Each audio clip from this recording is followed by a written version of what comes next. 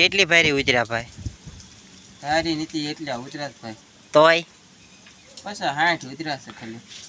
પાછા 60 ભારીમાં કેટલા હોય? ભારીમાં હોય 22 કિલો 23 કિલો હોય. અને પાછો રીંગણાનો ભાવ કેવો છે ભાઈ? અત્યારે તો હાલે છે 30-35 રૂપિયા મણના? ના કિલાના એ છે મણના તો 700 રૂપિયા છે. મણના 700 રૂપિયા. બાબુ બની જવાનો બાબુ. તો તારે કેટલા કુતરે ભાઈ? મારે તો 60 ભારી છે.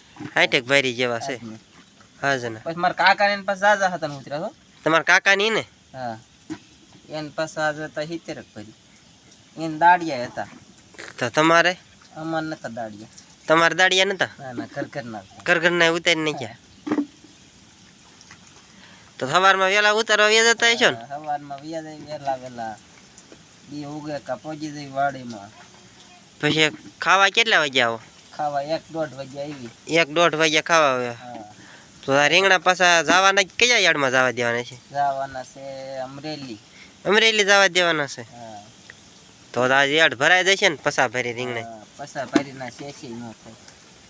એવું છે? આ બધા રીંગણા છે હો હડેલા. આ પાછા હડેલા અહીં નાખતા છો? હડેલા જો આ ડોલમાં નાખવાના. સાદા આ ડોલમાં નાખવાના. હારા અહીં રાખવાના. છે તો દિલીપભાઈ રીંગણા વાળા કેવાતા છે ને? હા ના થડામાં ઓળખાય દિલીપભાઈ નામે.